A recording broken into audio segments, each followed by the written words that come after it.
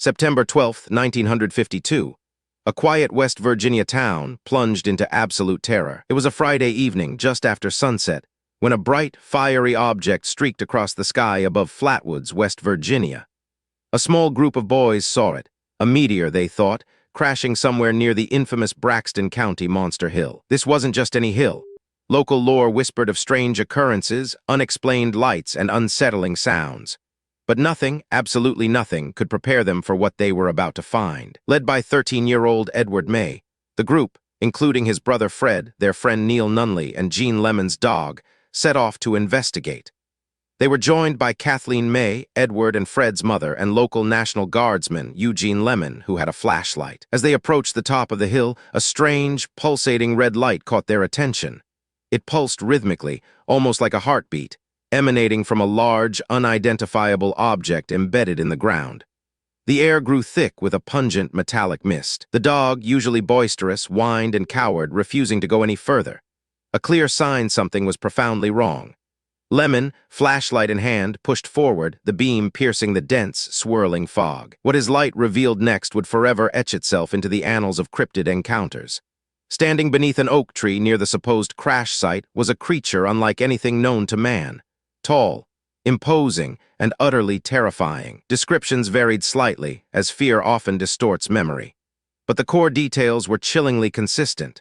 It was roughly 10 feet tall, with a dark, almost black body, and a head that glowed with an internal green light. Some described it as having a hood or cowl around its head, obscuring a face that was more animalistic than human. Others spoke of large, pointed eyes that fixed upon them with an unblinking intensity. Most unsettling were its hands, not hands at all, but long, slender claws. And its body, they said, was covered in a dark, pleated fabric, almost like an old-fashioned skirt, giving it a somewhat ethereal, yet menacing presence. The creature hissed, a guttural, piercing sound that sent shivers down their spines. Lemon, in a moment of sheer panic, dropped his flashlight. The beam spun wildly, briefly illuminating the full horror before him. Kathleen May screamed, a primal, terrified sound that broke the night's silence.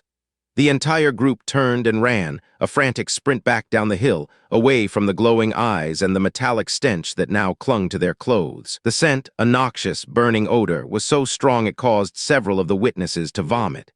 For days afterward, they suffered from nausea and swelling in their throats, a physical manifestation of their encounter. Upon reaching safety, the Mays immediately contacted the local sheriff and a newspaper reporter, A. Lee Stewart.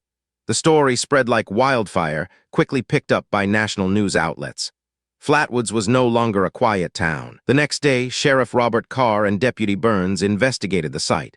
They found no physical evidence of a crash, no scorched earth, only the lingering, acrid smell that the witnesses described. However, they did find strange skid marks in the mud and patches of flattened grass, consistent with something large having landed and then departed. Evidence, perhaps, but of what? Skeptics, of course, offered their explanations. The most popular theory suggested the witnesses saw a barn owl perched on a tree branch, its eyes reflecting the flashlight beam, with an attached shadow creating the body. The cowl was its wings, the pleated skirt its body. The noxious smell, perhaps the fear-induced hallucination, or even a chemical from a nearby manufacturing plant, carried on the wind. But a barn owl doesn't stand 10 feet tall. It doesn't hiss with a sound that causes nausea. And it certainly doesn't leave lingering physical symptoms in its wake. The explanation felt incomplete. Other theories emerged. A misidentified meteor, a government experiment gone wrong, even mass hysteria.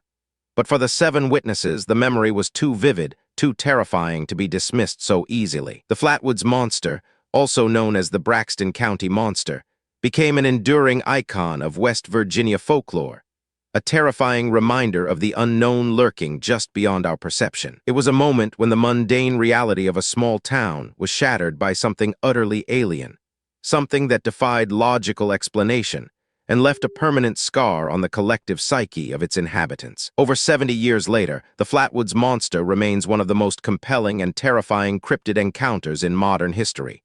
Was it an alien, a military craft, or something else entirely?